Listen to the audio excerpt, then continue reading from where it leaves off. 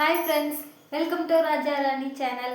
இன்னைக்கு வீடியோவில் என்ன பார்க்க போகிறோம்னா புறாவும் தேனியும் அதை பற்றி தான் கதையாக பார்க்க போகிறோம். சேனலை ஃபஸ்ட் டைம் பார்க்குறீங்கன்னா சப்ஸ்கிரைப் பண்ணிக்கோங்க.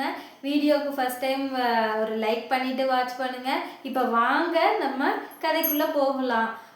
அது மழைக்காலன்றதுனால விலங்குகள், புறா, பறவைகள் எல்லாமே அங்கே வாழ்ந்துட்டு இருக்கு.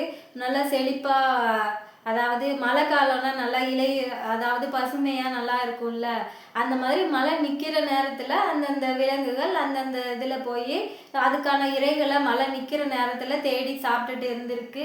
இந்த புறா கட்டி வச்சிருக்க கூட்டில் கொஞ்சம் டேமேஜாக இருக்குன்னு சொல்லிட்டு கூட்டுக்கு வேறு குச்சிகள் பொறக்கலான்னு போயிருக்கு.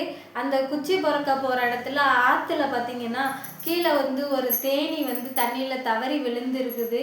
அந்த தேனியை பார்த்ததுமே அந்த புறாவுக்கு மனசு கேட்க மாட்டாமல் நம்ம ஏதாவது இந்த தேனிக்கு பண்ணணுமே அப்படின்னு சொல்லிட்டு அந்த புறா யோசிச்சுட்டு மேலே மரத்தில் இருந்த கிளையை ஒன்று உடச்சி போட்டு இருக்கு.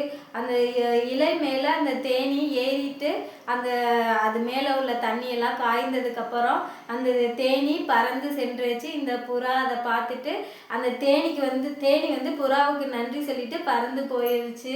இதை பார்த்துட்டு சந்தோஷமாக அது வீடு கட்டிட்டு அழகாக புறா வாழ்ந்து வந்துட்டு இருக்கு.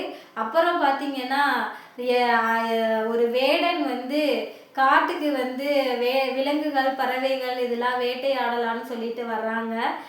அப்படி வர்றப்போ பார்த்தீங்கன்னா புறா ஒன்று அவர் கண்ணில் படுது.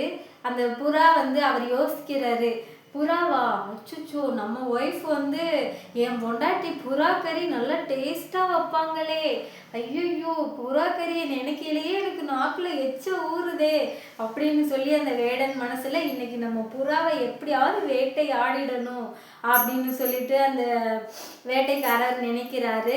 அப்போ அந்த புறாவை பார்த்து குறி வச்சுட்டு இருக்கிற துப்பாக்கியில் குறி வச்சு பார்த்துட்டு இருக்கிறாரு புறாவை அடிக்கலாம்னு.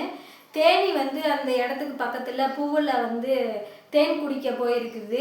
அந்த தேனி தேன் குடிக்க போகையில் இந்த வேடனையும் பார்த்துது, அங்கே புறாவை குறி வைக்கிறதையும் பார்த்துட்டு இந்த தேனி என்ன பண்ணுது, ஆஹா அன்னைக்கு நம்ம தண்ணியில் சாக கிடந்துமே இந்த புறா தானே நம்மளை அந்த இலையை பிச்சு போட்டு காப்பாத்துச்சு, இப்போ இந்த புறாவுக்கு இந்த வேடன் குறி வைக்கிறாங்களே அப்படின்னு சொல்லி அந்த தேனி வாட்ச் பண்ணுது.